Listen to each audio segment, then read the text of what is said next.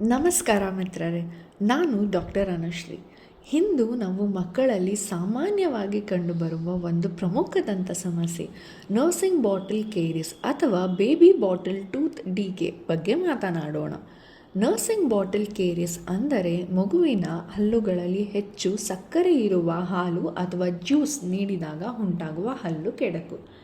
ಇದು ಸಾಮಾನ್ಯವಾಗಿ ಮಗು ಹಾಲು ಕುಡಿದ ತಕ್ಷಣ ನಿದ್ದೆಗೆ ಹೋದಾಗ ಆಗುತ್ತದೆ. ಹಲ್ಲುಗಳ ಮೇಲೆ ಉಳಿಯುವ ಸಕ್ಕರೆ ಬ್ಯಾಕ್ಟೀರಿಯಾ ಜೊತೆ ಸೇರಿ ಆಮ್ಲ ಬಿಡುಗಡೆ ಮಾಡುತ್ತವೆ. ಇದರಿಂದ ಹಲ್ಲುಗಳು ನಿಧಾನವಾಗಿ ಕೆಡುತ್ತವೆ. ಹೇಗೆ ಸಂಭವಿಸುತ್ತದೆ? ಮಗು ಹಾಲು ಕುಡಿದ ಮೇಲೆ ಹಲ್ಲು ತೊಳೆಯದೆ ನಿದ್ರೆ ಮಾಡಿದರೆ. ಲಕ್ಷಣಗಳು: ಹಲ್ಲುಗಳ ಮೇಲೆ ಬಿಳಿ ಅಥವಾ ಬ್ರೌನ್ ಪ್ಯಾಚುಗಳು ಮೊದಲು ವಸಡುವಿನ ಹತ್ತಿರ ಕಾಣಿಸಿಕೊಳ್ಳುತ್ತದೆ. ಕೆಳಗಿನ ಹಲ್ಲುಗಳಲ್ಲಿ ಈ ಲಕ್ಷಣ ಕಾಣಿಸಿಕೊಳ್ಳುವುದಿಲ್ಲ. ಕೊನೆಗೆ ಹಲ್ಲು ಉರುಳಬಹುದು.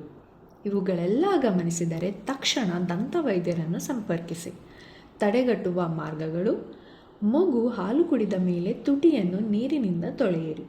6 ತಿಂಗಳ ಮೇಲೆ ಮೃದುವಾದ ಬ್ರಷ್ನಿಂದ ಹಲ್ಲು ಸ್ವಚ್ಛ ಮಾಡಿ. ಮಗು ಮಲಗುವಾಗ ಬಾಟಲ್ ನೀಡಬೇಡಿ. ಮಿಠಾಯಿ, ಜ್ಯೂಸ್ ಅನ್ನು ನಿಯಂತ್ರಿತವಾಗಿ ನೀಡಿ. ಪ್ರತಿ 6 ತಿಂಗಳಿಗೆ 1 ಬಾರಿ ದಂತವೈದ್ಯನನ್ನು ಭೇಟಿ ನೀಡಿ.